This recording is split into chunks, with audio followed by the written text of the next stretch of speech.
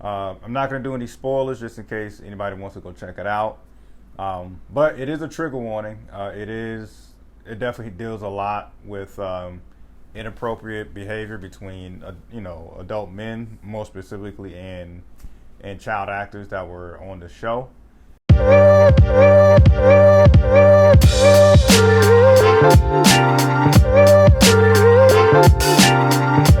Hey, what's going on, folks? Another episode of Ryan Reviews Everything. And if you're new to this channel, please hit that like and subscribe button. And I'm here to talk about the documentary that I saw on Max. I think there's other platforms you can watch it. But Quiet on Set, the dark side of kids television. Very traumatic towards some child actors, once known child actors. I'm not going to do any spoilers just in case anybody wants to go check it out. But it is a trigger warning. It definitely deals a lot with inappropriate behavior between adult men, more specifically, and child actors that were on the show. So just a quick trigger warning for that. But I'll just give my thoughts on it overall.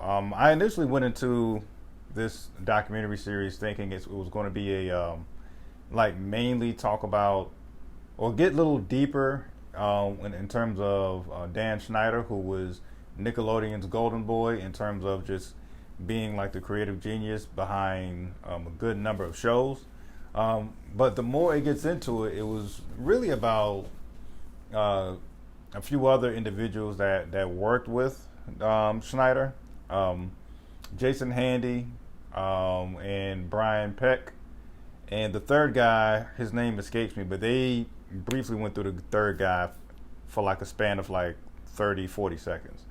But I really felt like it was the bulk of the documentary was about those two gentlemen, Jason Handy and Brian Peck. Especially the second half of it is a very quick watch. 4 episodes in total. And in terms of Schneider, they did highlight some things. Not some. They did highlight a good chunk of inappropriateness in terms of some of the ideas or skits and sketches he would run on his shows. That really, when you're older now, you really can look back and be like, yeah, that wasn't really inappropriate to show on a kid show. One of the examples that sticks out is there was one of the child actors, a black kid, I forget his name, but I think he went by the superhero name of like Nose Man or something like that. Had a huge nose and like these huge ears, but his face kind of resembled the male body part. And when he would sneeze and it would hit a girl or a woman's face, that would emulate something else that's inappropriate, like a money shot. So stuff like that, which I found highly inappropriate. And it does also just really shine a light, and I like documentaries that shine a light on corruption that goes on, especially when it's unfortunately is dealing with children in this case. I like that when stuff like that could just get exposed. I just hate that the victims have to be children in this case. But, there were definitely a lot of inappropriate jokes of that nature. And it really just shows how when money is involved, organizations and some of the powers that be can really look the other way. Like, these are sketches and shows that were made public, and so you have grown adults who are, these big time Nickelodeon execs who could have fired Schneider in this case at any time they wanted, or at least told him to tone it down. But because Schneider was, bringing in so much money, being like, almost like this golden goose or golden hen, he wasn't fired for a good chunk of these inappropriate skits, like the one I just, explained. And, it was definitely a lot of inappropriateness, going on in the workplace in terms of Schneider. Just on demand, he would ask women to give him a massage on set, I guess just to relax him. I think the first episode, it really exposed his sexism that he had towards 2 of the female writers in the writer's room. to the point to where they actually had to share salary. All the men, all the males had, a salary just for that one designated writer, but the two women had to split a salary that was made for one person. So just think about if I'm a writer, and I'm just throwing a number out there. If I'm a writer and I make $100,000 a year by myself, I get fired for whatever reason, and now that $100 salary is now cut in half because there are two female writers. It's unfair. Just long story short, in terms of Dan Schneider, I really felt like he got off easy, even with this documentary, showing some of the inappropriateness of his sketches, showing some of the hostile work environments and making people feel uncomfortable behind the scenes. He got off easy. So this part will be a spoiler. I lied at the beginning, but he got fired once the Me Too movement became more prevalent, more known, and his payout was like $7 million, and he didn't see any jail time because any type of inappropriateness, there was really no proof of that outside of his sick, sketches throughout the TV show. But I really feel like something inappropriate went on with him and Amanda Bynes. That's just my theory. Even with some of the things in the documentary, I just felt like, if for some reason Amanda Bynes wanted to go on that documentary, I feel like it could have got a lot worse for Dan, but he got off easy. But and even for that matter, Jason Handy and Brian Peck also got off easy. Brian Peck is the man who was actually guilty of abusing Drake Bell as a child, and that story is horrific. I'll spare you those details.